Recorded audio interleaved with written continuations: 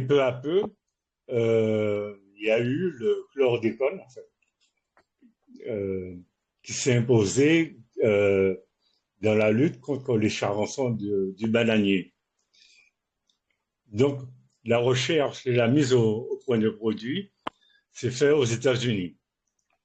Alors, il faut bien comprendre que ce produit, le képon au départ, on appelle pas ça le chlordécone, a été non seulement introduit au fil des années aux Antilles, mais aussi en Amérique du Sud et en Afrique. On sait aujourd'hui que ce produit a été introduit principalement en Côte d'Ivoire et au Cameroun. Bon, quant à l'Amérique du Sud, bon, je n'ai pas eu de. Je sais que ça a été introduit, mais qu'est-ce que ça a donné comme conséquence? Je ne sais pas. Très vite, on s'est aperçu que ce pesticide avait des effets néfastes sur l'homme. Dès les années 60, aux États-Unis, on a vu que ce pesticide était dangereux pour l'homme et pour l'environnement. Et ce, dès à partir des années 63. Euh, les gens qui travaillaient dans les usines développaient déjà certains cancers et autres maladies.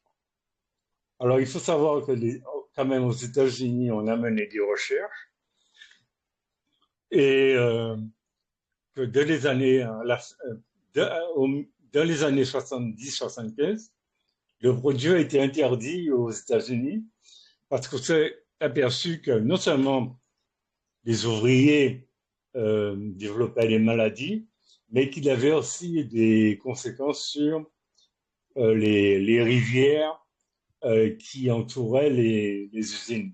Donc, il y avait des pollutions du sol et de l'eau des rivières. Donc, dès 75, le produit a été interdit aux États-Unis. Il y a eu des procès, des études, des recherches, et il y a ce qui aboutit d'une part à son interdiction, mais aussi il y a une indemnisation des gens qui avaient été mis en contact avec ce produit. Là, par contre, aux Antilles, la solution adoptée, bien qu'on savait qu'il y avait des conséquences dans l'utilisation, ça a été de continuer d'utiliser le produit. Et donc, euh, les planteurs, les gros planteurs antillais, martiniquais comme guadeloupéens, ont demandé des dérogations pour produire, non seulement utiliser, mais pour produire en France, mais aussi au Brésil, ce produit euh, qu'on a surnommé le chlordécone. Donc le Je voulais chlordécone juste, est... Oui. excuse-moi, Marcel, je voulais juste insister sur le fait que la dérogation pour utiliser ce produit a été en fait en gros une pression des béquets, voilà, auprès des administrations françaises pour, malgré l'interdiction de ce produit, continuer, sachant les risques qu'il y avait déjà sur les plantations des Antilles. Donc c'est très clairement, ils l'ont fait avec en sachant très clairement ce que ça pouvait donner, puisque des études avaient été faites. Et je reprends juste un tout petit peu avant. Aux États-Unis, en fait, il y a eu déjà un premier incident qui s'est passé. Et par rapport à cet accident-là, donc il y a eu des personnes qui ont été hautement contaminées. Et par rapport à ce problème, c'est là où ça a été interdit aux États-Unis. Donc on savait, l'étude qu'il y avait derrière, donc que c'était hautement toxique, et deux, les conséquences, puisque des personnes avaient déjà été touchées. Et malgré tout, malgré ça, ils ont quand même fait des dérogations qui ont été acceptées par la France pour continuer à polluer. Nous sommes d'accord. Donc il y a eu des dérogations de gouvernements de droite comme de gauche. Chirac, mais en masse, qui d'autre, Soissons, enfin, Toute, les toute ministres de politique, l'Agriculture. toute Oui, politique regroupée, ils étaient tous. J'ai pas vu en tout cas dans mes recherches, j'ai pas vu qui que ce soit dire non, sauf si donc voilà. je me suis trompée. Donc, les premières contestations sont nées aux Antilles dans les années 2000. On a commencé à parler de ça. Puisqu'en fait, il a été utilisé de 72 à 93, même si à partir de 90, je crois, il était interdit. Mais les planteurs ont quand même acheté des gros stocks de chlordécone pour pouvoir utiliser jusqu'en 95. Et on pense que ça a été utilisé même au-delà des années 93 parce qu'il n'y avait pas euh, de sur le terrain, il n'y avait pas de contrôle qui pour voir si c'était utilisé ou pas. Donc voilà un peu l'introduction que je peux faire sur le chlordécone. Alors je te laisse la suite euh, pour Oui, ton oui, intervention. Moi, je veux merci. bien intervenir sur la partie Vas-y. juridique. Comme je suis juriste, je Il n'y a pas de pourrais. souci. OK, Il n'y a pas de vas-y. problème, bien sûr que si. Donc, bah, en fait, tu as un petit peu tout fait, puisque tu as parlé dans un premier temps du chlordécone, hein, ce que c'est comme produit. Donc, vous avez pu bien comprendre que c'était hautement toxique, puisque ça pollue tout, que ça soit les rivières, les terres, les bêtes. Voilà, donc ça veut dire qu'on se retrouve avec un sol où quasiment toute culture est pas bonne à manger. Donc il a fallu repenser autrement l'agriculture pour pouvoir se nourrir, ce qui génère des coûts pas possibles. Et donc ça devient un enjeu compliqué. On est pollué pas pour 1 ou 2 ou 3 ans, mais pour des décennies. Donc voilà l'héritage qu'on a, en tout cas pour nos enfants, nos petits-enfants et encore et encore. Donc on a parlé de ça. On peut parler aussi du coup de ses effets. Donc des personnes ont été touchés par ce produit puisqu'ils utilisaient ces produits qui n'étaient pas réglementés. Et voilà, on n'avait pas il n'y avait pas de gants, il n'y avait pas de masque, ou c'était obsolète tout ça. Donc à partir de ce moment-là, on s'est retrouvé avec une population et bien sûr, c'est les travailleurs noirs qui se sont retrouvés très rapidement avec des symptômes de cancer de la prostate en grande majorité. Il y a eu d'autres déclinaisons hein, de cancer ou de problèmes. Selon certaines études, en gros, la population adulte des Antilles présente des traces de chlordécone dans le sang. Donc jusqu'à maintenant, on a des populations, on a une population qui est hautement atteinte par ce produit, puisque les chiffres parlent de 90% de la population. C'est énorme. Donc, on a des sols qui sont plus fertiles, impropres à la consommation. Il faut repenser l'agriculture autrement et ça génère des coûts. On a des maladies chroniques. On a des développements du cerveau chez l'enfant qui présente des troubles. Et on a un taux de cancer du prostate, comme je vous ai dit, qui est le plus élevé au monde. Voilà. À partir de ce moment-là, forcément, on se dit, avec tout ça, on va forcément être indemnisé. Et la surprise, je pense que Marcel va reprendre le flambeau. Les surprises ont été super puisque il y a eu il y a eu très peu de personnes qui ont été indemnisées et à des montants franchement ridicules. pour des vies passées à se battre pour être indemnisées et être reconnues. Parce qu'il faut être aussi reconnu en tant que malade et que lorsqu'on est atteint d'un cancer de la prostate et qu'on peut pas aller travailler, on peut pas profiter de sa famille, rien du tout. On se bat pour être indemnisé et arriver là, on n'est pas indemnisé ou alors c'est des pâquerettes. C'est compliqué. Marcel, je te laisse reprendre. Et puis Mélo est activiste. Si vous voulez intervenir, vous pouvez, surtout.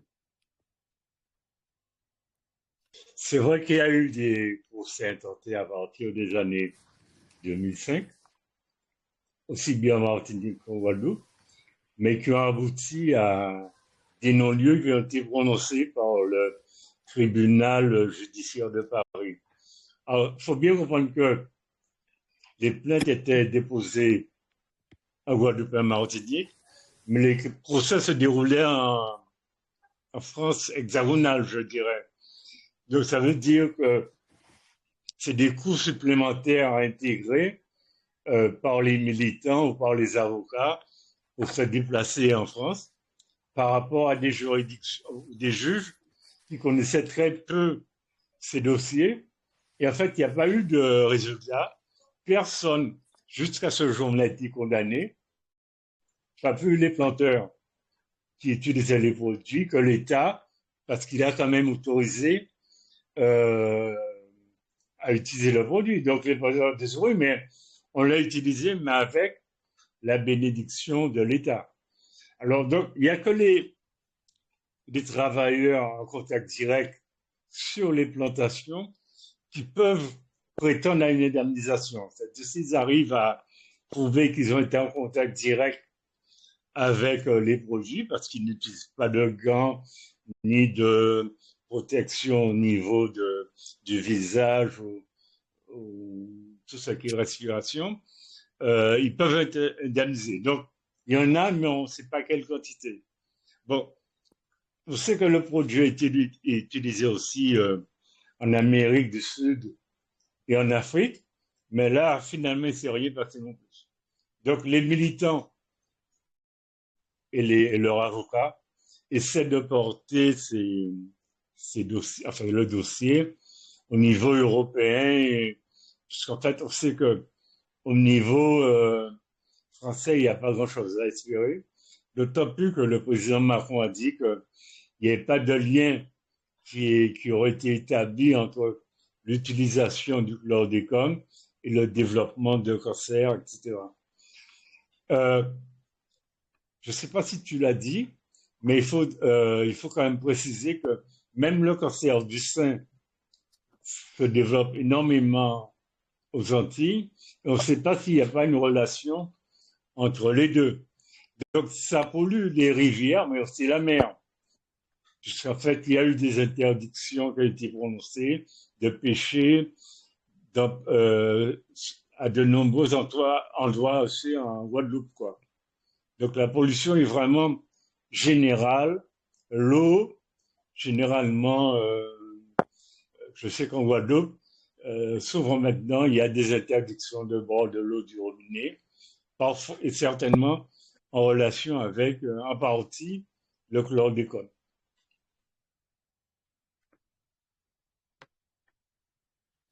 C'est exactement ça. Sur la partie, indemnisation, est-ce que tu sais à peu près combien de personnes ont été indemnisées ou pas du tout? Je ne sais pas, je pense qu'il n'y a que des gens qui ont travaillé dans les plantations et qui auraient porté le dossier, mais je n'ai aucune donnée chiffrée sur ça. Et c'est difficile à prouver, hein. Donc moi, il me semble que c'est une dizaine de victimes, hein. Une dizaine de victimes ont obtenu des indemnisations et le montant était environ entre 5 000 et 10 000 euros. Ouais, ouais. Voilà. Ça doit être Donc, ça, ouais. non, c'est ce que j'ai pu trouver lorsque j'ai fait mes recherches. Mais Vas-y. je connais comme il y a eu des interdictions, euh, de pêcher. Je sais qu'en Guadeloupe, il y a des gens qui ont reçu des subventions pour ne plus pêcher, mais le montant était tellement bas qu'ils continuent à pêcher en dépit du fait qu'il y a des zones où c'est interdit de pêcher. Mais là encore, il y a très peu de contrôles qui sont effectués encore aujourd'hui. En fait, pourquoi on a si peu d'indemnisation? C'est parce que la justice, en fait, aujourd'hui, demande des preuves qui sont très précises. Donc, des analyses sanguines, montrant l'exposition aux produits. Il demande aussi de prouver que les personnes ont bien travaillé en contact avec ces produits-là. À cette époque-là, c'était compliqué d'avoir. Il n'y avait pas de contrat de travail comme, euh, comme aujourd'hui, bien précis, et voilà.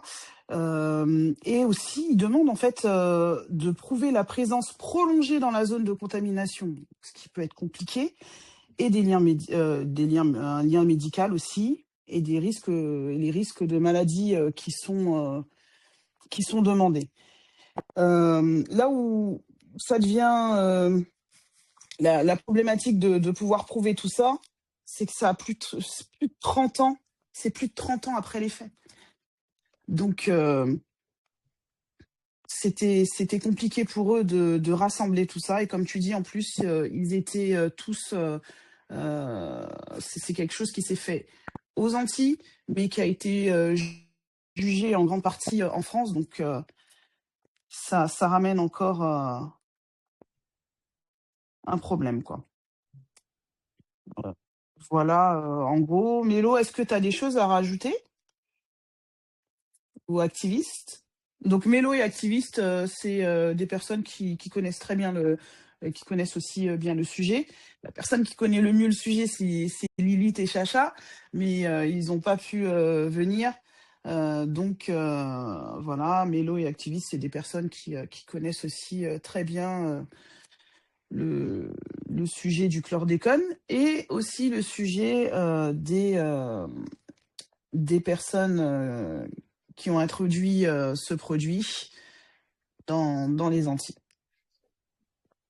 Bonsoir tout le monde. Bah, vas-y, Mélo, hein. Vas-y. Oui, bonsoir à tous, bonsoir à ceux que j'ai pas pu dire bonsoir tout à l'heure là. Du coup, ben, la majorité des choses ont déjà été dites. Juste un petit truc qui m'a titillé, c'est quand Monsieur Marcel a indiqué que oui, Christophe Colomb a découvert les Antilles, les Amériques, il n'a pas découvert. Voilà, il est arrivé, il a trouvé des gens qui étaient déjà là, mais c'était juste ça par rapport à ça. Mais sinon, la majorité des choses ont déjà été dites.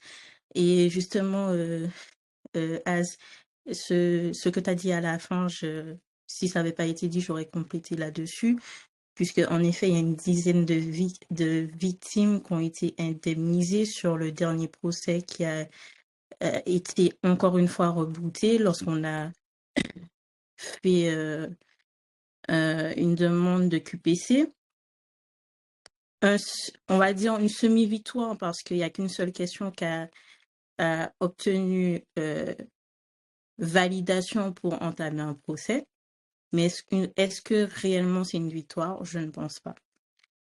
La situation aujourd'hui est que on sait très bien que l'État, enfin la France plus globalement, c'est pas un pays qui a l'habitude de faire du suivi, de faire des contrôles, etc. Ça ne date ni d'aujourd'hui, ni d'hier. Et même encore lorsque Louis XIV, Louis XVI étaient au pouvoir, ils n'arrivaient pas à faire des contrôles, etc.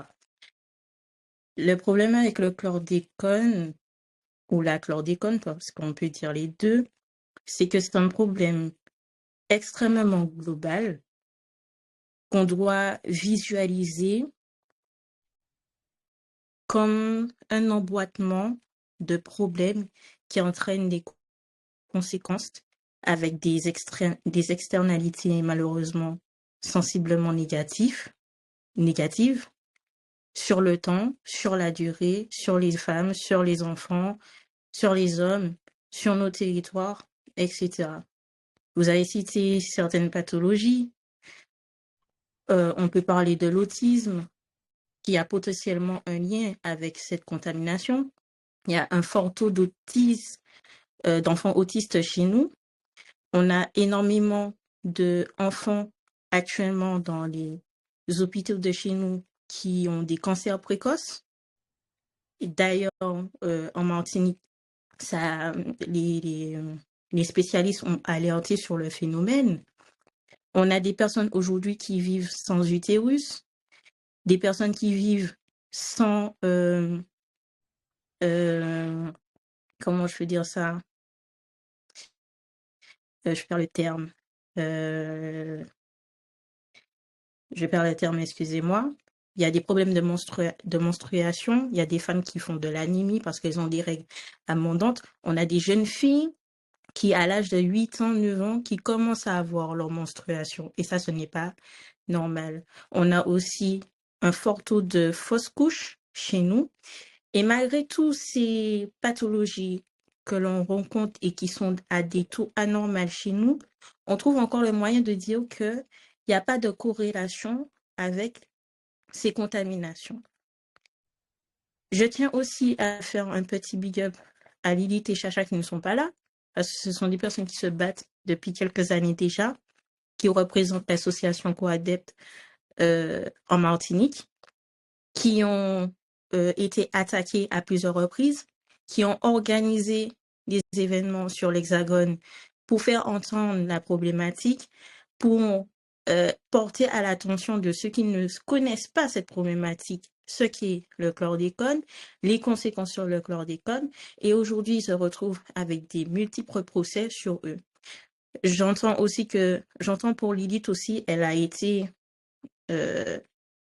chercheuse, entre guillemets, au CNRS sur le sujet du chlordécone. Et comme pour d'autres problématiques, l'État nous dit toujours il n'y a pas des moyens pour faire des recherches. Et il y a tellement de sujets qui nous touchent, qui méritent des recherches, pour savoir si on peut trouver solution ou pas, qui ne sont pas réalisées, parce qu'on arrive face à un mur et on nous dit qu'il n'y a pas les moyens financiers pour faire ces recherches. Donc aujourd'hui, on a nos anciens qui ont sûrement des récits à nous raconter. Parce qu'à l'époque, on fonctionnait avec l'oralité. C'est des personnes qui ne savaient pas lire, qui ne savaient pas écrire, donc qui ont été couillonnées sur bien des choses. Effectivement, ils n'avaient pas de contrat. Effectivement, lorsqu'on veut aller chercher des indemnités, on se retrouve avec une paperasse de critères à remplir pour ne serait-ce que percevoir 1 centime de la part de la France. Aujourd'hui encore, il y a déjà des personnes qui, depuis longtemps, ont lancé des procédures pour se faire indemniser, qui aujourd'hui sont 6 pieds sur terre et qui n'ont jamais vu la couleur d'1 centime de remboursement. Il y a des gens aussi chez nous qui, après toutes ces années, après avoir travaillé dans la banane, etc., parce qu'ils se sont fait couillonner par les béquiers qui en majorité, c'est qui avaient les champs de bananes, etc., aujourd'hui perçoivent des retraites à hauteur de 250 €. Et ça, c'est pas des blagues parce que j'ai une grande tante à moi qui, aujourd'hui, son mari est défaillant psychologique. Elle vient tout juste d'arriver en retraite et à eux deux, ils touchent 300 €. Et comme on est un peuple qui est, comme on dit, débrouillard, ces personnes-là, ils vont pas pleurer, ils vont vivre dans leur situation. C'est dur. Et puis, ils vont te dire, depuis qu'ils ont la vie, c'est ce qui compte pour eux. Mais en attendant, pratiquement tous les jours, il y a des familles qui enterrent leurs proches chaque jour. Et lorsque on prête un peu attention, je ne sais pas si vous tous, vous êtes sur les territoires ou si vous avez grandi sur les territoires, mais personnellement, moi j'ai grandi en Martinique. On a la fameuse coutume qu'à la radio, on passe les avis d'obsèques. Et lorsque vous prêtez attention, à l'annonce des décès, vous constaterez qu'il y a, si vous faites la moyenne, il y a énormément de personnes qui décèdent aux alentours de la cinquantaine, soixantaine. Alors qu'en France, on a une espérance de vie à, si ma mémoire est bonne, 76 ans pour les hommes et 78 ans pour les femmes. On vient nous dire encore qu'après ça, il n'y a pas de corrélation, etc. On a parlé du chlordécone, mais il n'y a pas que le chlordécone, il y a le glyphosate. Aujourd'hui, on a les problématiques des sargasses. Donc, si on fait une compilation, alors, il y a ces pesticides-là, il y a l'effet du sargasse. Si on prend en plus de ça toute la malbouffe qui arrive chez nous, les problèmes d'obésité, les problèmes de comorbidité, les problèmes mentaux aussi qui sont pas pris en charge chez nous, ça fait énormément de problématiques de santé qui ne sont pas prises en compte. Et puis on nous dit presque que ce sont des lubies de notre part et que ça n'a aucune corrélation. Et ça, pour des personnes qui souffrent au quotidien, ce n'est pas entendable. Et ça provoque ce que ça provoque entre 2024 et 2025 sur la question de la vie chère, etc. n'est pas que un soulèvement social où on nous dit que c'est plus possible, ce n'est plus soutenable. Et lorsqu'on va avant en 2020 l'arrivée du Covid, eh bien, on ne va pas s'étonner que la majorité de la population vous dise non, on ne va pas prendre la vaccination parce que vous nous avez déjà empoisonnés il y a plusieurs décennies. Voilà la réalité dans ces territoires. Vous avez parlé de la Côte d'Ivoire, etc. Et c'est bien d'en parler parce que, oui, il y a la banane française de Guadeloupe et Martinique, mais il y a aussi la banane de la Côte d'Ivoire qui arrive sur les étals de l'Hexagone. Détient en majorité les plantations de bananes en Côte d'Ivoire. À votre avis, c'est qui? C'est les béquiers. C'est eux qui détiennent. Si vous n'allez pas faire vos petites recherches en profondeur, aujourd'hui, ce qu'il faut bien comprendre, peut-être je suis en avance, mais ces personnes-là sont parties à entendre leur histoire. Oui, ils étaient rien, ils se sont fait petit à petit, blablabla. Bla, bla, bla. Aujourd'hui, ce sont des personnes qui ont pris tellement de puissance qu'ils sont installés des quatre coins du monde et qu'on peut qualifier de, comment je peux dire ça, de firmes multinationales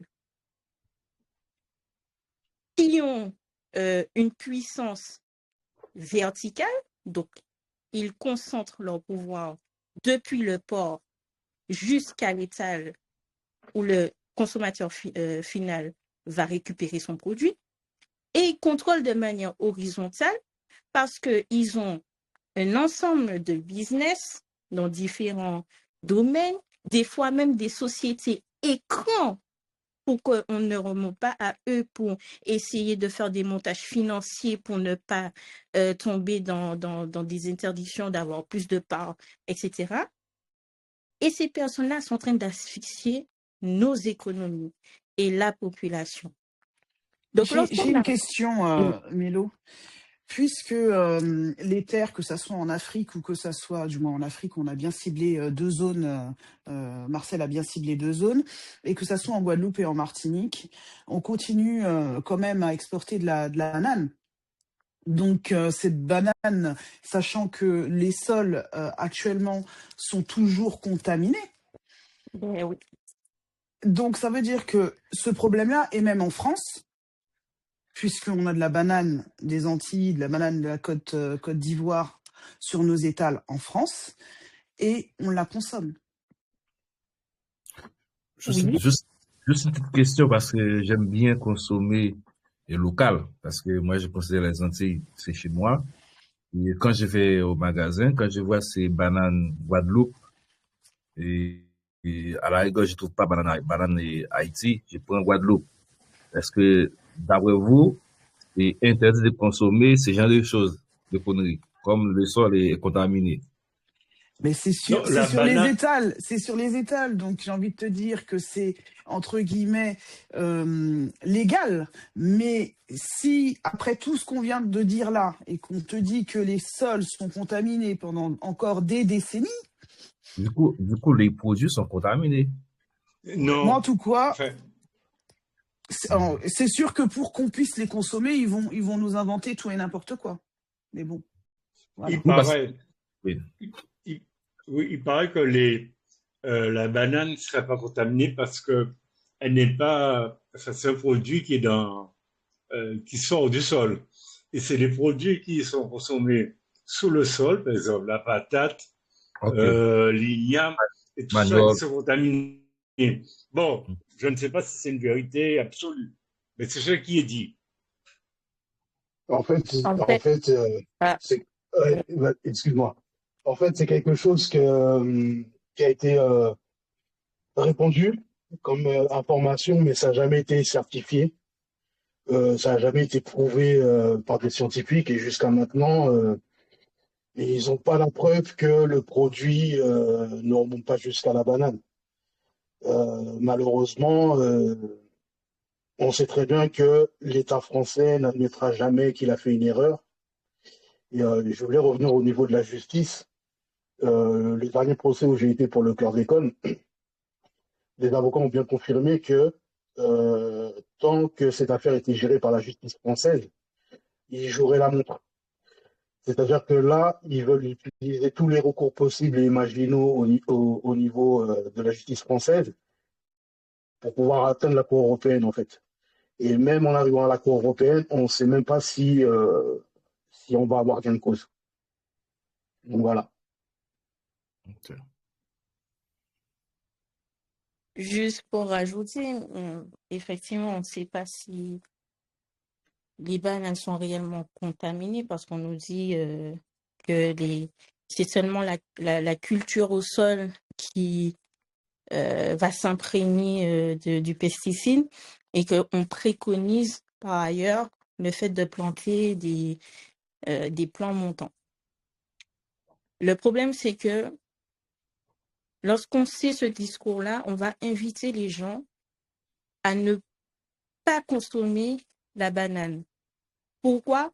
Parce qu'on pense aux gens qui ont travaillé dans les champs, qui aujourd'hui ont des maladies, qui ont un revenu extrêmement faible, et puis parce que c'est un système aussi, par ailleurs, je vous l'ai dit, il ne faut pas penser qu'à la contamination, il faut penser à vraiment un ensemble, c'est un écosystème qu'ils ont réussi à établir sur le territoire et qui aujourd'hui est en train de nous asphyxier. Donc, ne serait-ce que de consommer ces bananes-là, on participe à ce que ce système perdure. Il y a une autre réalité, c'est malheureusement beaucoup de nos compatriotes, si je peux dire ça comme ça, s'en foutent un peu de la situation. Tant que ça leur touche, en fait, c'est un constat général. L'égoïsme est en train de prendre le pas dans ce monde. Donc, tant que ça touche pas notre petite personne, tant que ça touche pas quelqu'un de la famille, ben, les problèmes de cancer, ah ben, je m'en fous. Je vis ma vie, je fais la fête, etc. Et c'est parce qu'on n'a pas cette conscience qu'il y a aussi beaucoup de laisser-aller et qu'on est encore dans des situations qui, malheureusement, à mon humble avis, n'est pas prête de se résorber et d'évoluer de façon positive. Et je reviens à ce que je disais par rapport à ces gens-là qui ont mis en place ce système. Lorsque l'on voit que ils ont reçu une médaille de la part du président de la République, on se pose des questions. Est-ce qu'on les a récompensés? pour avoir fait un bon travail depuis ce temps-là de garder les petits nègres dans l'amusement, dans l'obéissance, ou est-ce qu'on les a récompensés parce qu'ils ont fait un bon travail de nous détruire sur des années, on peut même pas faire le calcul, et qu'ils vont pouvoir faire ce que Aimé Césaire appelait le processus de substitution de population. C'est là que est tout l'enjeu. Et lorsque on fait un regard en 360, si on prend les problèmes un par un, on va pas y arriver.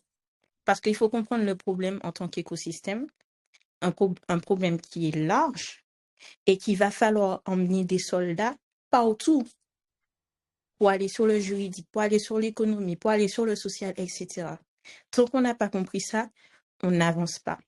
Alors, il y a déjà des personnes qui se battent. On a parlé de Lilith, de Chacha. Il y a des associations qui militent depuis des années, qui commencent à percevoir des bénéfices à leur combat, mais qui restent drastiquement mineurs. Mais ce n'est pas suffisant. Et à côté de ça, on fait le lien encore avec la fuite des cerveaux. C'est un exemple aussi. Moi, j'ai quitté la Martinique en 2022. Et j'ai lutté pour ne pas partir, du moins de partir le plus tard que possible. Malgré tout, je suis partie. Et je ne sais pas si je vais revenir.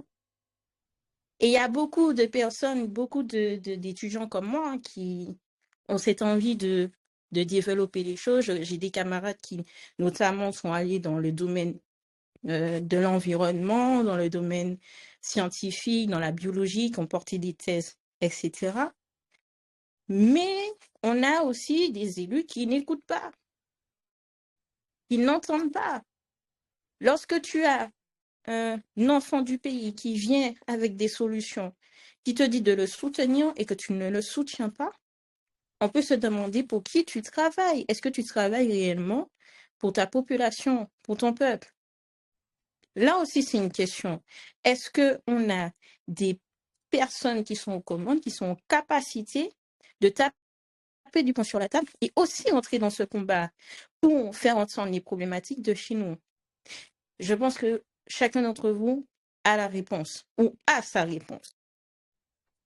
Donc, voilà l'enjeu. L'enjeu, il n'est pas que on a été contaminé et puis voilà, il y a des choses qui sont possibles, hein, parce que tant qu'on n'a pas trouvé, tant qu'on n'a pas farfouillé, tant qu'on n'a pas réfléchi, tant qu'on n'a pas essayé, on ne peut pas dire qu'il n'y a pas de solution.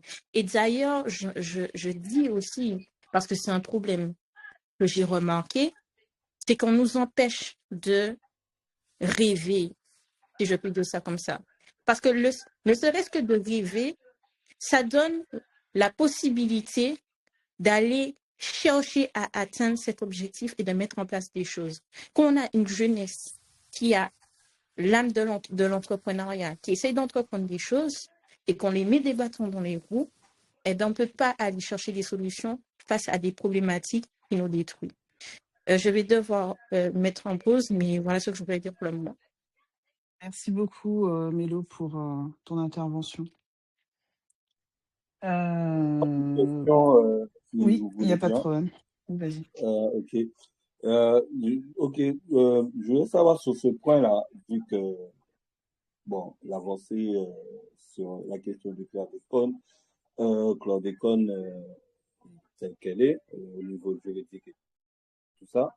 Mais au niveau sanitaire, est-ce que à ce moment, même au niveau sanitaire et régional, c'est-à-dire, parce que bon, Guadeloupe, Martinique sont impliqués, bon, après, je pense que c'est beaucoup plus large que ça, après, puisque la banane, c'est quand même c'est un bien caraïbéen, plein d'autres pays cultivent de la banane dans la Caraïbe. Est-ce qu'au niveau sanitaire, il y a quelque chose qui est mis en place? Est-ce qu'il y a des recensements de la maladie chez les gens? Un peu, c'est un peu la même question que l'autre fois en plus. Et qu'est-ce que au niveau régional, ils ont pu mettre en place au niveau sanitaire pour recenser les gens qui étaient malades, qui avaient la maladie? Est-ce qu'on peut aller faire une prise de sang pour savoir ce qu'il en est de notre niveau de contamination ou pas? Voilà, c'est ça ma question. En fait, alors, si je dis pas de bêtises, il me semble que pour les prises de sang, par rapport au taux de chlordéconomie, les gens sont obligés de venir en hexagone. Le deuxième problème, c'est que ceux qui régulent la limite résiduelle de chlordécone dans le sang, c'est l'ARS. L'ARS, on sait très bien qu'ils ont déjà menti sur ce taux-là, puisqu'il y a eu une période où le taux devait être à 0,002, et eux ont fait des annonces officielles en disant que c'était 0,12. Donc déjà, il y a un problème. Malheureusement, moi je suis en hexagone, mais j'ai pas entendu parler de séances de dépistage, que ce soit en Guadeloupe ou en Martinique. Juste par rapport à ce que tu as dit, activiste, non, c'est pas. Alors, le test de chlordéconomie, il existe bien, mais il existe en Martinique gratuitement, mais bien entendu, la population, il n'y a pas assez de communication là-dessus. Donc, toute la population martiniquaise et de mémoire aussi, si on a même les personnes qui viennent en vacances, parce que quand tu viens en Martinique et tu consommes des choses, quand tu repars d'où tu viens, tu es Chargé. contaminé. C'est Et ça. ça, il n'y a pas assez de communication là-dessus pour dire que oui, ça existe, de vous faire dépister. Et à ce moment-là, si le taux est élevé, on met en place le protocole de décontamination qui se fait sur 2 mois environ de mémoire. Ça existe aussi en Guadeloupe. Par contre, en Guadeloupe, c'est sur ordonnance. Donc, on va chez le médecin, on demande à faire un test de chlordéconomie. Et en ce qui concerne l'Hexagone, c'est un combat qui est encore mené par les associations de pouvoir mettre en place ce type de chlordéconomie sur l'Hexagone. Ok. Mais après, oui, ça revient au fait qu'il y a une communication qui n'est pas faite. Et malheureusement, on a très peu d'informations là-dessus. Il me semble aussi, parce que j'avais vu un documentaire où il y avait une scientifique qui parlait, qui disait que le chlordécone agissait aussi sur le QI. C'est-à-dire que chaque année, on perd des points de QI dû au chlordécone. Peut-être que c'est un des détails qui pourrait expliquer le taux de violence qu'il y a chez nous. Ok. Moi, sur les actions mises en place face à cette crise, j'ai pu trouver en fait que les plans qui ont été mis en place, c'est surveiller la contamination des sols et des aliments, informer la population. Donc, je ne sais pas, par exemple, Marcel, est-ce que tu sens que, comme tu es aux Antilles, que tu es bien informé sur le chlordécone? Si c'est pas toi qui vas chercher, bien sûr, les informations.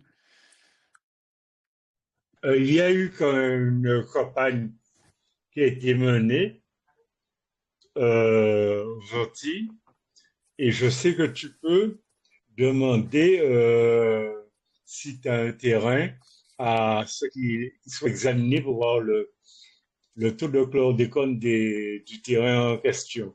Oui, je le vois aussi. Je le vois ça aussi. Ouais. Je vois Il qu'ils y a font... une cartographie tu peux demander la cartographie des terrains contaminés en Guadeloupe. Mais je ne l'ai pas encore fait. Je sais D'accord. que mes parents ont un terrain peut-être dans une zone contaminée, donc je vais essayer de le faire d'ici quand j'aurai le temps, quoi. Est-ce que je peux obtenir euh, le taux de pénétration du chlordécone sur le sol? Ok. J'avais demandé à mon médecin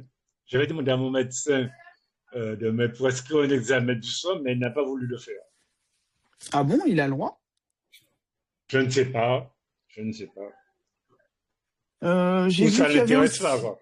J'ai vu qu'il y avait aussi un soutien pour les agriculteurs, donc soutenir les agriculteurs. Je ne sais pas en quoi ça consiste. Développer la recherche scientifique. Bon ben, jusqu'à maintenant, je n'ai pas vu grand-chose. Améliorer le suivi médical des populations exposées. Bon, bah, améliorer le suivi médical si on te refuse déjà de faire une prise de sang, je ne vois pas comment tu vas améliorer quoi que ce soit. Donc, ok, bah voilà. Valerio, je pense que j'ai essayé de répondre Ouais, à ce qui est là, hein. vous avez donné des réponses. Ouais, Merci. bah, Et si j'ai une t'as dernière bien compris, question. hein, c'est pas grand-chose, hein. Ouais, ouais. Au niveau humain, en tout cas, je n'ai pas entendu grand-chose. En tout cas, des choses conséquentes. Voilà. Bon. Et est-ce que on sait, alors on a parlé de la banane principalement, on parle que de la banane au niveau du chlordécone. Et est-ce qu'on sait, il y a un tas d'autres de cultures aux Antilles qui sont pas aussi massifs, mais les gens ils cultivent de tout. Tout le monde cultive de tout. Il y a des oranges, il y a des fruits, des légumes, de tout. Est-ce qu'on sait le niveau de contamination de d'autres aliments? Igname, patates. Eh ben, ça, tout ce qui est dans le sol, tout ce qui est racine, qui pousse dans le sol, on sait que c'est déconseillé à la consommation. Et ce qui est conseillé, ça va être, bah, tu as parlé d'orange, de ceci, de cela. Donc, c'est des produits où l'arbre est sorti de la terre et a porté des fruits, et là que tu peux consommer. Voilà. Ça, c'est ce que ils disent. Voilà. Moi, j'ai une question. Je voulais, parce que comme tu as parlé assez des plans d'action qui ont été mis en place, et Mhm. tu pas développer la recherche, mais notre camarade Milo, il a parlé d'une chaire au CNRS. Et ça, c'est à quoi? Et cette chaire d'études, bon, c'est pas, c'est une partie en domaine d'études au CNRS. Et ça, c'est à quoi? Si ça n'arrive pas à développer des recherches adéquates et pour expliquer de quoi il en est. Je sais pas si possible de développer un peu et ce domaine d'études au CNRS, comme mes camarades Bélo, elle a fait mention tout à l'heure. Ouais, c'est dommage que Lilith et Chacha n'ont pas pu venir. C'est vraiment eux qui auraient pu développer ce côté-là et bien te répondre. Je ne sais pas si Mélo a quelques informations sur ça, mais sur les actions mises en place, pourquoi on a très peu d'actions mises en place, c'est que bah, si on arrive à prouver certaines choses, ça ne sera pas forcément bon pour les affaires de l'État français. Donc on fait semblant de mettre en place des actions, mais il n'y a rien qui est fait. Et sur les recherches, c'est des recherches qu'ils ont poussé, qu'il a fallu vraiment péter les portes pour pouvoir les faire. Et là, Mélo, je ne sais pas si tu as du coup ces Euh, informations-là. Désolée, j'ai pas entendu. Est-ce que vous pouvez répéter, s'il vous plaît? Oui, alors Manuel, je disais que comme vous avez fait mention oui, d'un domaine d'études, bien soit d'une recherche au CNRS concernant parce que est-ce que ça a un lien avec les actions qui ont été mises en place pour développer la recherche concernant le chlordécone et est-ce que ces domaines d'études au CNRS portent beaucoup de fruits ou pas? Alors, les études au CNRS ont, ont pu, enfin, on va dire, ont été commandées pour alimenter les fameux plans chlordécone, si je ne dis pas de bêtises. Et actuellement, il existe 3 plans chlordécone. Mais malheureusement, comme ça peut l'être pour les lois qui sont votées, etc., on constate une inflation législative. Donc, il y a plein de choses qui sont mises en place. On n'étudie pas ce qu'on appelle les impacts de ces politiques publiques. On ne regarde pas si c'est efficace, si c'est efficient et si c'est utile. Et on met en place des plans, des lois, etc. Et on ne sait pas réellement la portée de ça. Parce que quand on va mettre en place ce genre d'outils, rien ne garantit, même s'il y a des aspects positifs, que ces aspects positifs ne soient pas issu de, externalités. Alors, je prends un exemple.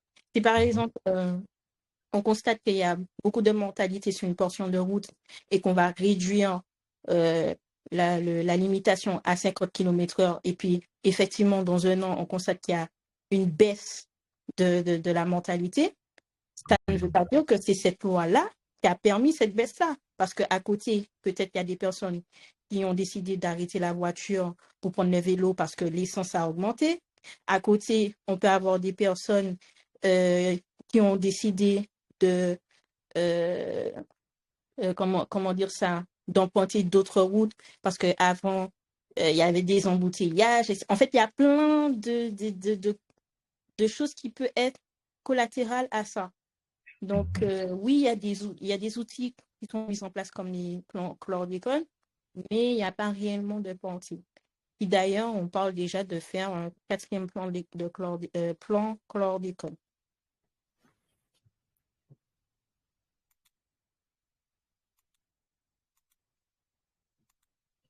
Oui, ça va. Est-ce que vous avez d'autres questions? Profitez. Est-ce que vous avez des questions et mes camarades qui sont présents et mes soeurs et frères. Aujourd'hui, on est tous des camarades parce qu'on parle on parle d'un sujet et là, on est des camarades. C'est des camarades qui ont des questions.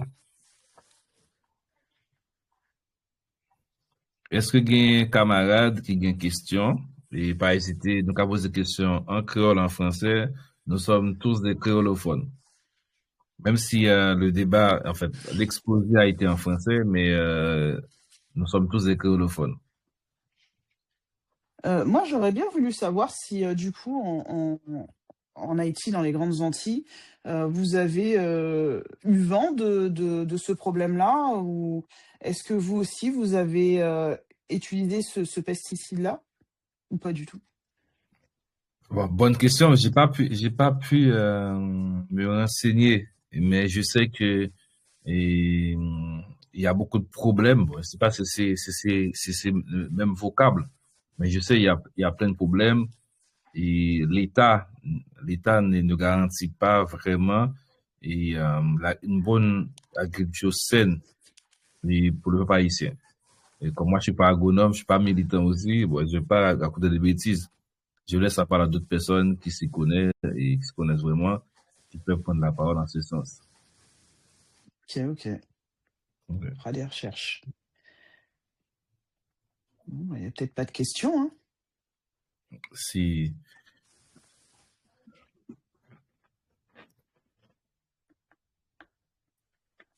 Il n'y a pas de question. En fait, moi, c'est mes recherches personnelles que j'ai faites. Et faut souvent regarder la chronologie des agissements du gouvernement. C'est-à-dire que ils font jamais rien au hasard.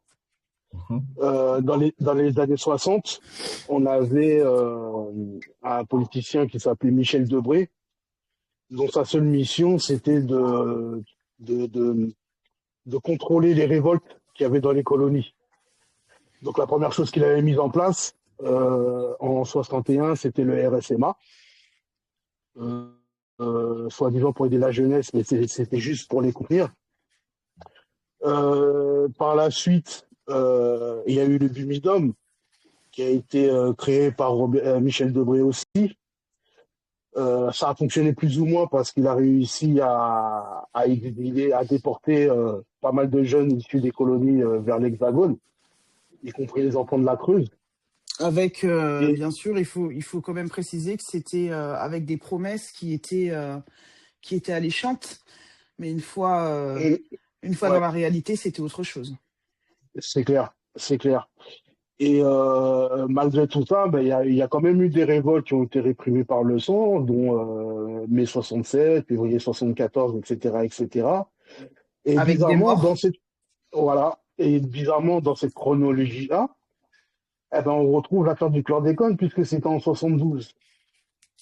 Et quand on analyse bien le comportement depuis des siècles de l'État colonial français, on a bien compris que Leur seul objectif, c'est de récupérer les terres sans les habitants. Donc, forcément, ils utiliseront tous les moyens nécessaires pour réduire sur la population. Et s'il faut empoisonner des gens, ils le feront sans état d'âme. Et puisque Euh, maintenant, aujourd'hui, c'est les vols de terre aussi. aussi, aussi. Et je rappelle aussi que depuis plusieurs années, par rapport au vol de terre, on a quand même en 2026 un homme qui est en condition de fugitif, qui s'appelle Hervé Pinto, alors que la justice lui a donné Alors que la raison. justice, ouais, c'est ça, la justice lui donne raison, mais c'est lui le, Ouais, le ouais. terroriste, quoi. Et quand, dans énormément de guerres dans le monde, quand un peuple est attaqué, la première chose que l'ennemi fait, c'est d'empoisonner l'eau, bizarrement. Et là, ça ressemble plus à une guerre saine, une guerre hybride, qu'à un empoisonnement de masse, en fait. Une guerre silencieuse. Voilà, voilà. Parce que là, il me semble que les chiffres de contamination ont été réévalués et ça va jusqu'à 11 millions d'empoisonnements. Donc, quand on sait que le chlordécone, c'est un des composants, si je dis pas de bêtises, mais Laure va me corriger, mais il me semble que le chlordécone est un des composants du gaz moutarde. Donc voilà. Mais dans ce cas, puisque comme vous avez montré, expliqué que la terre est contaminée et tout ce qui vient de la terre, en fait, tous les produits et, qui viennent de la terre et qui viennent de la terre, c'est-à-dire les pistaches, les maniocs, en fait, tous les condiments, mais l'État, il dit quoi de ça? Parce que même les béquets, même les béquets, les béquets, ils consomment aussi ces produits. Ah non, non, mais les Euh, béquets, je pense pas qu'ils consomment. Hein. Ils consomment pas. Je pense. Comme ils ont la main sur l'import-export, ils font ce qu'ils veulent. Voilà. Bien sûr que non, ils vont consommer les îles d'à côté, mais ils vont pas consommer Guadeloupe, Martinique. Alors, par rapport à ça, juste une petite nuance, c'est que toutes les terres chez nous ne sont pas contaminées. Ok. Aujourd'hui, il y a aussi des dispositifs qui sont mis en place pour que des familles puissent avoir accès à un contrôle de leur terre pour savoir si c'est contaminé ou pas. Il y a des hectares qui aujourd'hui sont sains. Pour la plupart, sont dans le domaine privé des collectivités territoriales. Mais faut-il encore que ces personnes-là mettent à disposition ces terrains pour des agriculteurs qui souhaitent développer? Sachant qu'il y a beaucoup d'agriculteurs chez nous qui souhaitent développer biologiquement et ça demande du temps, ça demande de l'investissement. Ce qui capte la majorité des subventions européennes, c'est qui?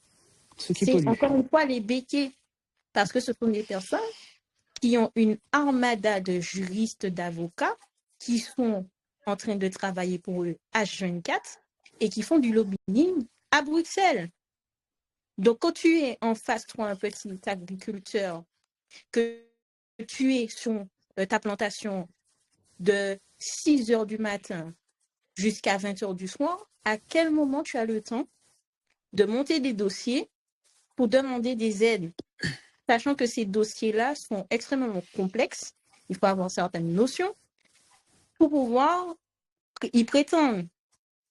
Donc, c'est pour ça que je dis que c'est un emboîtement, en fait, c'est cette histoire. Mais il n'y a pas que ça aussi, Mélo. Il y a aussi le fait que chaque fois qu'il y a des jeunes agriculteurs ou des agriculteurs qui essayent de faire quelque chose de sain aux Antilles, ils sont souvent rattrapés par les grands qui leur disent en gros, bah non, là tu essayes de manger un petit peu chez moi, on s'arrête là. On a eu un collectif qui a essayé tout simplement de créer un abattoir collectif pour tuer les animaux sainement, voilà. Et ben c'est simple. Malgré qu'ils ont essayé d'avoir tout proprement, on a fait venir les instances sanitaires et on a trouvé voilà le petit truc pour pouvoir fermer l'histoire. Parce que ils ne veulent pas, tout simplement, si tu fais ton petit commerce où tu vends deux, trois trucs, ils te diront rien dès lors où tu veux t'agrandir, exporter, importer, et ben là, ça dérange. Il faut que ça reste eux les plus grands, les plus forts, et que on reste en gros sur les marchés ou qu'on reste voilà à faire des petits trucs quoi. On peut pas. On est vraiment cerclé dans les petites Antilles. On peut même pas faire du libre-échange avec nos voisins. C'est simple. Bon, bon, vous avez les biquets. Nous, en Haïti, nous avons les Syro-Libanais. C'est les Syro-Libanais qui contrôlent tout et qui contrôlent l'État et qui contrôlent l'import et l'export parce que nous, en tant que nègres, on n'a pas le droit d'importer, d'exporter. C'est-à-dire, dès qu'un nègre commence à exporter et importer, ça devient un problème pour les Syro-Libanais. Alors, par rapport à et je voulais poser une question. Comme l'État, comme l'État est à la fois juge et un spectateur, et puisque c'est l'État est responsable, l'État français est responsable de la prolifération du chlordécone et dans les îles. Et comment est-ce que c'est l'État encore qui met en place la structure pour examiner les terrains? Ça dépend en fait de la hauteur où ils vont chercher l'eau, je pense. Très certainement. Maintenant, je vais pas te dire de bêtises sur ça, Valerio. Je suis pas informé. Moi, je pense que les problèmes sont partout, et que ce soit à Guadeloupe, Martinique, en Haïti aussi, puisqu'on nous dit que ce sont des îles. Par définition, une île, c'est un territoire entouré d'eau presque de tous les côtés. Alors, comment c'est fait qu'on a des rivières, des sources d'eau, on est entouré on est entouré d'eau, et puis on a un problème d'eau potable. C'est vrai, c'est pareil. En fait, on a des sources d'eau, on a des cascades, parce que moi j'ai vu des cascades. Il y a des cascades, que ce soit Martinique, et Guadeloupe, Haïti, il y a des cascades, il y a des sources d'eau.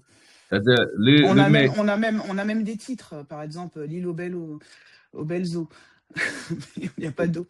En fait, le problème, c'est que comment ils arrivent à nous faire croire que l'eau qui est dans la bouteille est plus potable que l'eau des sources et l'eau des cascades, qu'on va directement prendre l'eau des cascades. C'est ça Non, l'eau qui est dans la bouteille, en principe, il y a des filtres pour éliminer ou limiter la contamination de l'eau. Mais ce que j'ai compris, c'est qu'on utilise les filtres de charbon, mais aujourd'hui, même ces filtres-là sont remis en cause, dans la mesure où les filtres à base de coco, c'est-à-dire il y a une partie, il faudrait plutôt utiliser la fibre de coco pour réduire la contamination de l'eau. Et il faudrait changer régulièrement.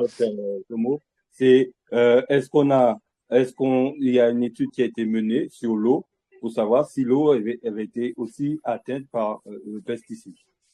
Oui, l'eau était atteinte puisque à l'époque on utilisait les épandages par avion. Donc l'eau aussi est polluée. Enfin, l'eau des rivières et des ravines. Okay, voilà. Et donc, la solution, ça a été de mettre en place des filtres.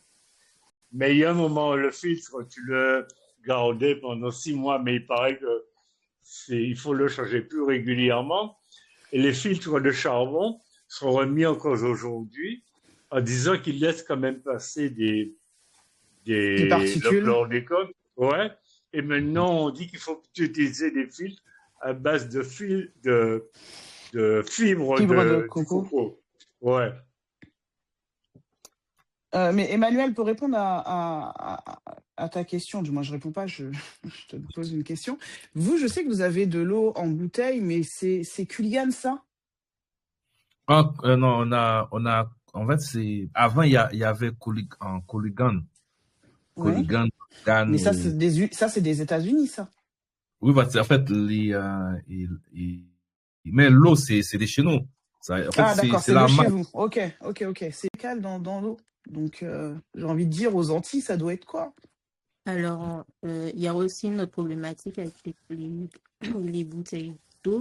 Je ne sais pas pour le cas de la Guadeloupe, mais pour le cas de la Martinique, c'est le conditionnement de ces packs d'eau. Ça veut dire que lorsqu'ils arrivent, ils sortent du frais et ils sont déposés sur des parkings où le soleil tape énormément sur ces bouteilles. Ce qui fait que lorsque le soleil tape dessus, il y a des Le- microplastiques qui, qui fondent, qui se mélangent. fermentent dans l'eau. Et Donc, ça dans tous donne les du cas, c'est cancer. empoisonné à tous les niveaux. Et ça, Il y a une autre chose. c'est pas que aux Antilles, hein, Mélo. Oui, En France, pour avoir travaillé en grande distrib en France, oui, les oui. bouteilles d'eau sont laissées l'été euh, en plein soleil et effectivement, le plastique fond. Et là, on a des risques de cancer, tout simplement, cancérigènes. C'est ça. Donc, Et par voilà. rapport euh, euh, aux sources, euh, aux sources naturelles, aujourd'hui, il y a des personnes, alors je prends par exemple ceux qui habitent à Sainte-Marie, Gros-Morne, etc., en Martinique, eux, ils n'achètent pas d'eau. Ils vont directement à la source, ils ont des filtres chez eux et ils s'en foutent de se dire, ah ben l'eau est contaminée. Alors, il y a eu une campagne pour dire que oui, il faudrait arrêter de consommer l'eau de source qui sort de la montagne, etc. Les gens n'écoutent pas. Tu nous as empoisonnés depuis tant d'années. Est-ce qu'on va continuer à te croire? C'est une habitude. Et bon, entre guillemets, c'est de l'ordre philosophique. Mais dernièrement, j'étais en train de réviser pour mes partiels et j'étais en train de lire mon livre de loi. Et il y a une phrase qui m'a marquée parce que c'est tellement vrai ce qui a été écrit. On te dit que les pays actuellement qui sont indépendants, aujourd'hui, c'est une victoire pour le colon. Parce que dans la réalité, la plus grande victoire du colon, c'est d'avoir donné l'indépendance à ces pays-là et qui n'a plus rien à faire parce que ces pays-là vivent à travers son œil. Ils vivent avec l'argent qu'ils fabriquent, ils voyagent avec le passeport qu'ils fabriquent, ils vivent à l'occidental, etc. Tant que nous, qui avons des cultures qui nous sont foncièrement propres, on ne revient pas à ces cultures-là, qu'on continue à attaquer les jeunes, attaquer les vieux, qui, ces anciens, avaient des techniques avant. Ces techniques ancestrales sont en train de se perdre, qui fait que il y a des choses qu'on aurait pu éviter. Mais si on ne maintient pas cet héritage, malheureusement, on va continuer à vivre dans ce qu'on nous a inculqué, dans ce que l'on voit, etc. Et tout ça, c'est associé.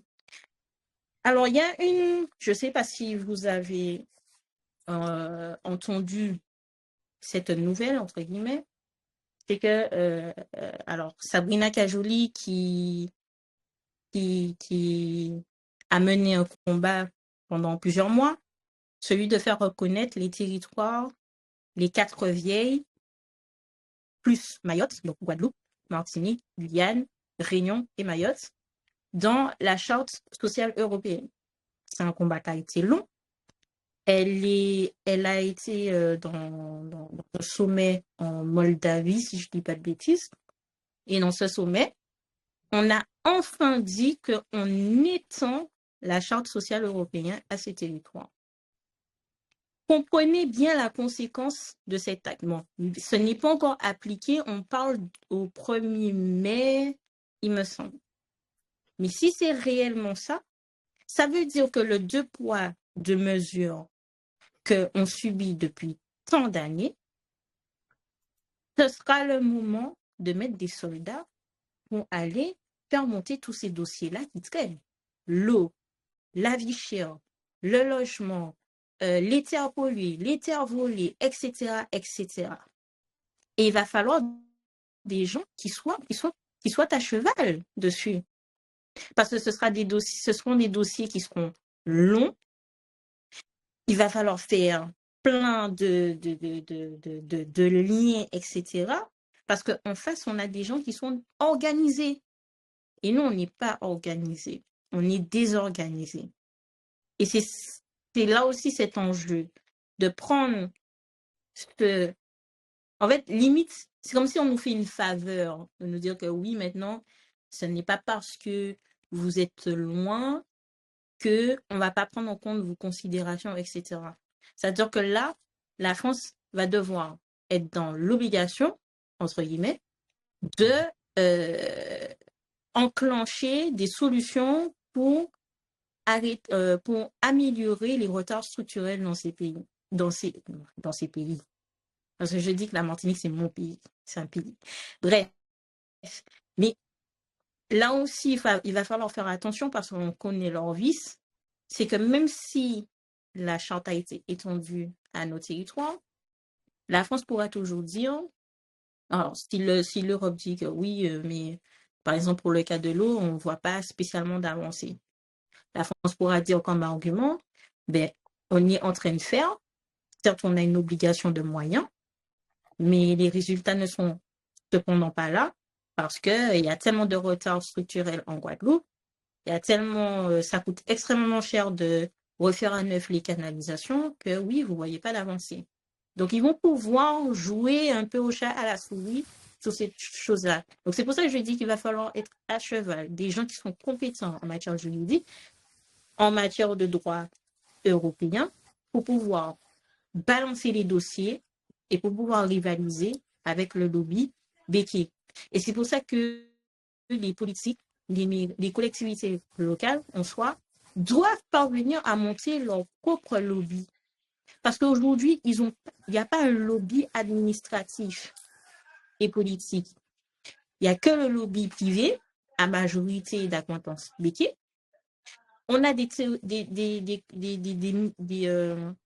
collectivités qui sont asphyxiées parce qu'ils sont en perte d'autonomie financière. On leur retire des compétences qui sont dirigées vers les intercommunalités. Et pour pouvoir fonctionner, au lieu d'embaucher des fonctionnaires catégorie A et B qui ont les capacités de faire le montage de dossiers, d'aller chercher des subventions, etc., ils préfèrent aller chercher ailleurs, dans les cabinets d'expertise, qui ne connaissent pas les réalités des territoires et qui vont faire du tout et n'importe quoi. Et pendant ce temps, ces cabinets-là, ça te coûte des masses et des masses d'argent. Donc voilà aussi l'enjeu. Ce que je vais ajouter, c'est que dans les années 60, 70, le problème de l'eau se posait déjà. Et ce que les gens faisaient, c'est qu'ils avaient des citernes enterrées, mais que ça a été interdit par la loi. Disant que c'était pas. Donc jusqu'à maintenant, on vous a... n'avez pas le droit d'avoir de citernes enterrées, vous n'avez pas le droit de recueillir de l'eau. Si, c'est-à-dire, mais tu achètes la citerne. Tu achètes la citerne. Là maintenant, c'est légalisé ça. Ça, c'est légalisé maintenant. On a le droit. Oui. Mais avant, les gens, dans la conception même de la maison, ils avaient leur citerne enterrée. Puisque moi, j'ai vécu la maison de mes parents, il y avait une citerne enterrée. Donc le problème de l'eau, de la contamination et tout ça, se posait beaucoup moins aujourd'hui. Mais ça a été interdit. Donc les gens ont laissé ça tomber. Les gens aussi avaient beaucoup développé les mares dans certaines communes, il y a des problèmes d'eau, mais finalement ça a été laissé à côté, quoi. Et les mares ont été comblés, ce qui fait que même les animaux souffrent de tout ça, quoi. Puisqu'il y avait des pratiques qui existaient, mais qu'on a interdit ou que les gens ont laissé tomber. Donc on se retrouve très dépendant aujourd'hui de la société qui gère tout ce qui est eau et canalisation et des gens qui importent maintenant euh, des, des, des grosses citernes en plastique, quoi. Mais il paraît que même les gens qui produisent l'eau ont intérêt qu'on ne répare pas les canalisations non plus, parce qu'ils gagnent de l'argent sur la vente des bouteilles d'eau. Ok. Mais est-ce que Guadeloupe, Martinique, vous avez aussi des problèmes d'eau dans les robinets? C'est-à-dire, si vous avez besoin de faire, si vous avez vous allez prendre votre douche et puis il n'y a pas d'eau, vous n'avez pas d'eau. Ça arrive souvent, oui. Oui, ça arrive. Et Il y Il a, y il y pourtant, a a, problème il d'eau. y a même une commune en Guadeloupe là que j'ai vue récemment, là, je me rappelle plus du nom, où ça fait 9 mois qu'ils n'ont pas vu d'eau. ben, c'est pareil, Dans certains, c'est dans pareil cer- aussi en Haïti. Déjà, c'est pareil, c'est presque, il y a pas d'eau. C'est-à-dire que le Oui, mais robinet, nous, en fait, nous, c'est souvent l'eau est détournée aussi pour mhm. alimenter les hôtels, le tourisme. Il y a le problème des canalisations qui sont pas bons. Ça c'est sûr, c'est sûr. Mais lorsqu'il y a, par exemple, un fort taux de tourisme, l'eau est détournée. Mais je pense qu'en Haïti, en fait, maintenant, en fait, il y a tout un groupe qui développe une espèce de camion d'eau. C'est-à-dire, en fait, t'as une citerne, t'as un bassin, et tu achètes un camion d'eau, et pour revendre, du coup, tu payes l'État pour avoir l'eau potable dans ton robinet, et l'eau n'arrive pas, et t'es obligé d'acheter un camion d'eau, et le camion d'eau et l'eau, ce n'est pas potable aussi. Tu, tu vas obligé de purifier cette eau. Du coup, on est tous malades hein, avec le problème d'eau potable. Il y a Mm. des gens qui mènent des campagnes électorales pour amener l'eau potable. C'est depuis des années. Hein. En fait, c'est le même discours, l'eau potable, électricité, infrastructure. Et depuis des années, ça fait c'est les mêmes discours politiques, les mêmes discours de campagne, ça n'arrive jamais. Parce qu'entre-temps, il y a toujours un groupe qui en profite, en fait, qui profite d'un problème pour générer des sous.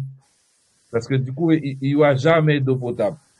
Il y a même des ONG qui, euh, qui travaillent pour avoir l'eau potable. Vous savez que une ONG, dès qu'il y a ONG, vous voyez la misère parce que les ONG n'ont pas la vocation de rétablir l'ordre, de générer des richesses. Mais les ONG sont là pour, au contraire, générer la misère. C'est pour ça, que ce soit des ONG, les ONG, leur travail, c'est maintenir la pauvreté, maintenir la misère. Je pense que c'est ça un peu partout. Et bon, on est pris, on est mal barré. Hein. Je pense que la solution, c'est la lutte. Nous Il, cercler.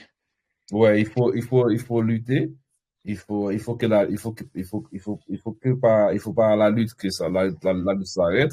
Il faut lutter jusqu'au bout. Mais en fait, le truc, c'est qu'il y a tellement de problématiques que tu sais même pas par où commencer, tu sais même pas. Et puis on t'éteint même avant même que tu puisses un petit peu montrer l'histoire.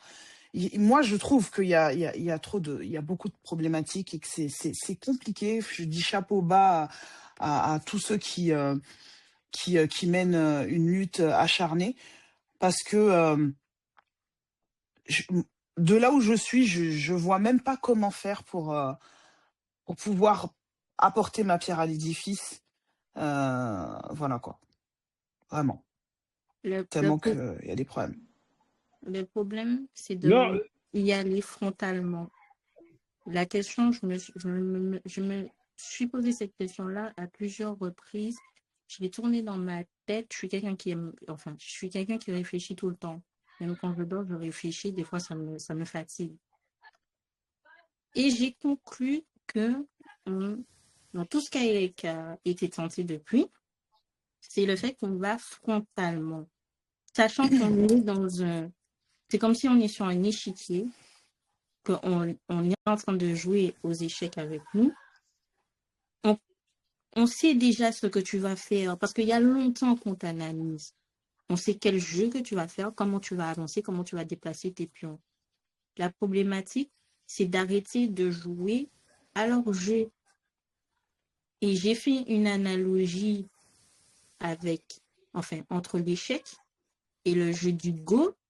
Je ne sais pas si vous connaissez, mais c'est un jeu asiatique qui est très intéressant et qui pourrait nous permettre d'avancer et de sortir de cet engrenage. C'est-à-dire qu'avec le jeu du Go, il y a l'adversaire et le but, c'est de déplacer tes pions stratégiquement, non pas en allant directement attaquer l'adversaire. Donc, tu vas mettre un point. Si ton adversaire il est au centre, tu vas mettre des pions aux extrémités. Tu vas renfoncer tes extrémités jusqu'à entourer les pions de ton adversaire et pouvoir t'en sortir et gagner. Et c'est ça le but. Le but, c'est de mettre des choses en place dans chaque domaine. Tous les Antillais caribéens ont des domaines de prédilection, ont des domaines d'expertise. Il faut qu'on soit en capacité de pouvoir travailler ensemble, se réunir et travailler sur chacun de ces domaines d'expertise pour petit à petit pouvoir encercler les personnes qui pensent nous encercler. Et une fois qu'on a mis on va dire, ces plans en marche un peu partout, là, on commence déjà à avoir un poids. Donc, on peut commencer à avoir un poids financier parce que, on va se mentir, l'argent, c'est le nerf de la guerre, comme on aime le dire. Un poids politique. Bon, je pense que pour les municipales, on a loupé encore une fois le coche. Au niveau social, qu'on garde nos héritages, nos cultures, etc. Et qu'on rentre en lutte comme ça. Parce que si on rentre en lutte, on vient en mode oui, il y a du renouveau, on va tout changer, on va tout casser, on va faire des grèves, etc. La personne en face, il sait que c'est comme ça que tu vas faire à chaque fois. Mélo, j'ai juste une petite question. Sachant que on a appris à notre peuple à être sous perfusion, on a aussi appris à notre peuple d'aller, par exemple, tout simplement, de ne pas cultiver, mais d'aller dans les centres commerciaux pour pouvoir se nourrir. Donc j'entends tout ce que tu dis là, mais si des gens n'est pas capable de se passer de McDo, de se passer de Minélis, de se passer des grands espaces comme ça, comment on peut faire ça? Parce que le béquet, il est simple, hein. Tant que tu viendras manger dans sa main, tu peux faire ce que tu veux. Il s'en moque. Il faut qu'on puisse arrêter de manger dans sa main, sachant qu'il possède l'import, l'export, et sans compter qu'ils ont réussi à nous conditionner comme des petits moutons là, à aller directement manger dans leurs mains. Donc en plus, ils nous empoisonnent avec de la nourriture qu'on sait qui est exportée, on sait que c'est des viandes que même l'Allemagne ne veut pas, qu'on se retrouve avec dans nos congélateurs. Comment on fait pour pouvoir arrêter tout ça avant même... Moi, je pense que là, je te parle de racines. C'est juste déjà c'est nous-mêmes, quoi. Si nous, on est déjà malades, on va où? Oui, la racine, c'est nous-mêmes. Mais j'ai envie de te dire qu'il va falloir être drastique et couper les vifs. Et quand je dis couper les vifs, c'est non pas moi qui le dis, mais c'est carrément l'Union européenne qui le dit. En ce qui concerne l'octroi de mer. Parce que si aujourd'hui, les béquets mangent, comme on dit chez nous, si pas ni soupçonné, pas ni volé. Si aujourd'hui les béquets mangent, c'est parce qu'à côté, il y a des gens qui mangent et des gens qui sont nos semblables. Et en l'occurrence, je parle des élus. Aujourd'hui, je vais poser la question aux élus. Est-ce qu'on vous supprime l'octroi de mer? Ils vont tous se mettre à genoux pour supplier de ne pas supprimer l'octroi de mer. Je sais pas si tout le monde sait ce que c'est que l'octroi de mer. Alors, l'octroi de mer, c'est impôt qui date de la colonisation, qui ont récupéré lorsque des bateaux, etc., arrivaient dans les ports, et qui, depuis la départementalisation de 1946, a changé d'objectif pour entrer en tant que taxe locale et rentre dans les caisses des communes et aussi de la région, un peu plus et collectivités plus récemment.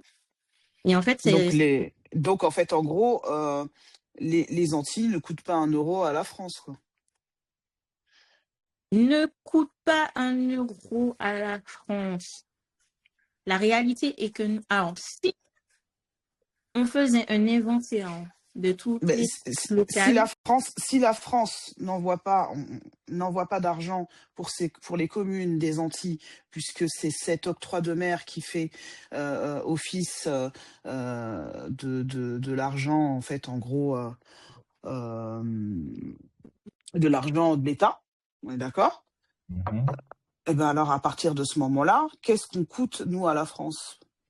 alors bon, ça c'est un peu un faux débat parce que juridiquement parlant, une collectivité territoriale ne doit pas dépendre des dotations de l'État. C'est inscrit dans la Constitution à l'article 72-2 et c'est alimenté par la loi organique de 2023 relative à l'autonomie financière. Donc là, c'est un faux débat. La réalité qui se passe et qui d'ailleurs aujourd'hui est un conflit juridique et qui pose la question que lorsque la France dit on veut décentraliser, et puis j'en veux pour compte le corps, pas le corps, que je raconte, l'autre imbécile là qui est Premier ministre maintenant, là, j'ai oublié son nom, il dit qu'il veut enclencher un nouveau processus de décentralisation. On va où? Parce que dans la réalité, on est en train de voir dans le monde juridique que l'État français est en train de recentraliser petit à petit le pouvoir et que les collectivités locales ont de moins de capacités et de champs d'action. Et pardon, dans ce qu'on appelle l'autonomie financière, on a ce qu'on qualifie les ressources propres. Normalement, ces collectivités doivent avoir ce on dit une part déterminante de ressources propres. Du coup, l'octroi de mer, ça rentre dans la qualification de ressources propres. Cependant, la TVA, ça rentre également dans la qualification de ressources propres. Sauf que la TVA, certes, c'est récolté par les collectivités, mais ça rentre dans les caisses de l'État, qui après redistribue. Le problème avec l'octroi de mer, c'est que normalement, ça avait un double objectif. Protéger la production locale, ce qui n'est clairement pas le cas. Et deuxièmement,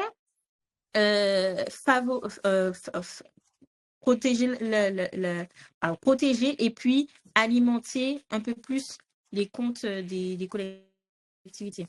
Alors, on ne va pas rentrer dans des spécificités parce qu'il y a des territoires qui ont l'octroi de mer, qui ont des taux qui varient. Il y en a qui ont la TVA, mais il y en a d'autres qui n'ont pas la TVA. Oui, il y a Mais des branches.